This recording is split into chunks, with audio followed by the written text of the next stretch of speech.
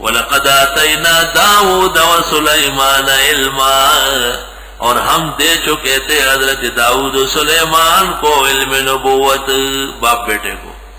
وقال الحمد للہ الذی فضلنا علی کثیر من عبادہ المؤمنین، دونوں نے فرمایا الحمدللہ جس نے برتری دی ہم کو بہت سارے مسلمان بندوں پر۔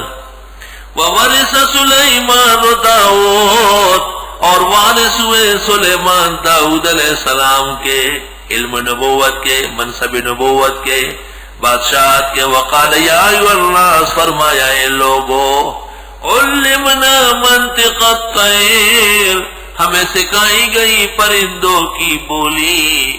منطق کنورسیشن، منطق گفتگو، منطق خبریں اترے۔ منطق کو منطق کیوں کہتے ہیں؟ آلۃ قانونیہ تعصم مراعاتها الذہن عن الخطأ فی الفکر، کہ انسان کی کلام میں قدرت آ جائے۔ قدرت جب پرندوں کی منطق پر پیغمبر شکر کرتے ہیں تو انسانوں کی منطق سے جو طالب منہ موڑے اس کو قتل کر دینا ضروری ہے۔ اور ظالم، روٹی خور، نالائق، جاہل، یجوز الاستنجاء بأوراق المنطق، تو شرمی کے ہمیں چیزوں کے بدا اور منڈی یہ انگریزی زبان ABCD اگر یہ حروف میں لکھا گیا فقہاء لکھتے احترام ضروری ہے، عربی آ گئی اور یہ حروف بنائیے بن گئے۔ سمجھو، کچھ عقل رکھو، الٹی سیدھی باتیں آنکھتے ہو۔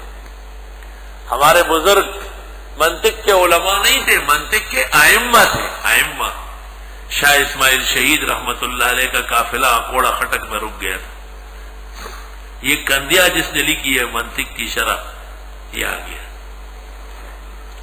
شاہ سے میں آپ سے مناظرہ کرنا چاہتا ہوں۔ شاہ صاحب نے کہا کس چیز میں؟ کہا منطق میں۔ شاہ صاحب گھوڑا صاف کر رہے تھے تو مجاہد، اور میں منطق کے لیے آنے کی ضرورت نہیں، وہیں سے بات کرو۔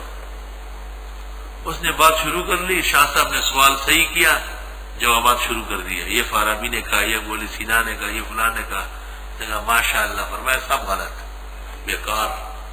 میں اسماعیل یہ کہتا ہوں، اپنی رائے قائم کی۔ کندیا وندیا والا بھول گیا، کندیا پکڑی دی۔ شاہ اسماعیل مولانا شمس الحق افغانی، مفتی محمود، مشہور منطقی تھے اپنے زمانے کے۔ حضرت فرماتے تھے فقہ میں سہولت منطق کی وجہ سے ہو گئی ہے۔ آج مفتی کیوں غلط فتوے دے رہے ہیں؟ فرعون نے منطق نہیں پڑھی، دیکھو غلط فتویٰ دے دیا۔ موسیٰ علیہ السلام کو کہا انت من الکافرین۔ غلط سلط مفتی کیوں اخبار میں بیٹھ گئے ہیں؟ منطق سے بے خبر۔ منطق و حکمت سے بہر اصطلاح، منطق و حکمت سے بہر اصطلاح، گرب خوانی اند کے باشد روان۔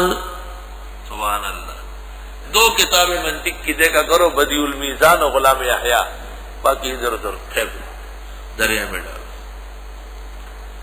اس جیسی کتاب صفحہ ہستی پر نہیں ہے۔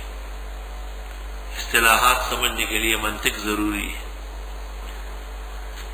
امام الازہر مولانا انور شاہ نے ابن تیمیہ پر دو اعتراضات کیے ہیں۔ ایک یہ کہا ہے کہ اس کو منطق نہیں آتی تھی، حالانکہ ابن تیمیہ کی کتاب ہے الرد علی المناطق۔ شاہ صاحب نے کہا لیس بحاذق فی الفلسفہ، اس کو منطق نہیں آتی۔ ابن حجر پر بھی یہ اعتراض ہے، وَعَلَمْ أَنَّ الْحَافِظَيْنِ اے ابن تیمیہ و ابن حجر لیسا بحاذقین فی الفلسفہ، فیض الباری علی البخاری۔ اللہ۔ دوسرا اعتراض ابن تیمیہ پر یہ کیا ہے کہ علمہ بالعربی غیر نازل، عربیت کچھی تھی، خرام کرنے والا ہے، عرب تو نہیں۔ اے لوگوں، سکھائی گئی مجھ کو بولی پرندوں کی، اوہو، وَأُوتِينَا مِن كُلِّ شَيْءٍ، اور دی گئی ہم کو ہر چیز، إِنَّ هَذَا لَهُوَ الْفَضْلُ الْمُبِينُ، یہ اللہ کا فضل واضح ہے۔ وَحُشِرَ لِسُلَيْمَانَ جُنُودُهُ، اب دیکھو سلیمان سفر پہ روانہ ہو رہے، بیٹا جمع ہو گئے حضرت سلیمان کے لیے لشکر، یعنی فوج۔ کتنی فوج؟ من الجن، نیوی والے، والانس، آرمی والے، والطیر، ایئر فورس والے۔ تین فوج سلیمان کی تھی، آج دنیا میں 3 ہے 4 نہ ہو سکی کرامت قرآن کی. جنات وَيَغُوثُونَ لَهُ دریا میں غوطے لگاتے تھے، ان کا کام نیوی والوں کا ہے. انسان زمین کو سنبھالتے تھے، یہ عربی والے ہیں. وَالطَّيْرُ اور پرندے ایئر فورس والے اوپر اڑتے ہیں. فَهُمْ يُوزَعُونَ پس یہ علیحدہ علیحدہ کیے گئے تھے. تینوں فوج بالکل تیار، کمر بستہ. حَتَّى إِذَا طَوَلَا وَادِ النَّمْلِ یہاں تک کہ گزرنے لگے چونٹی کے گھر سے. ایک جگہ تھی، وہاں پر چونٹیاں تھی بہت ساری. امام قتادہ نے کہا ہے شام میں ایک جگہ تھی. امام سہیلی نے کہا ہے اس چونٹی کا نام تھا خرمیہ. خرمیہ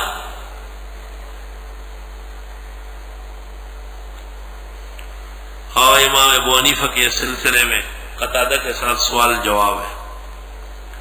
قالت نملتن کہنے لگی چونٹی یا ایھا النمل ادخلوا مساکنکم اے چونٹیوں جا گھسو اپنے اپنے غاروں میں، بلوں میں چلے جاؤ، اپنے اپنے بلوں میں گھسو، جلدی کرو، سلیمان آ رہا ہے، تخت آ رہا ہے، لشکر آ رہا ہے، جلدی کرو جلدی کرو.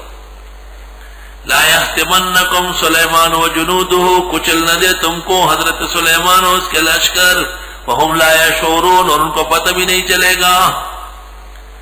چونٹی ہیں لیکن موحد ہیں، نبی کے بارے میں کہتے ہیں وہم لا یشعرون، وہ اوپر ہے نیچے نہیں جانتے. اللہ اللہ، عقیدہ صاف ہے. چونٹی ہے لیکن بدعتی نہیں ہے. ہاں.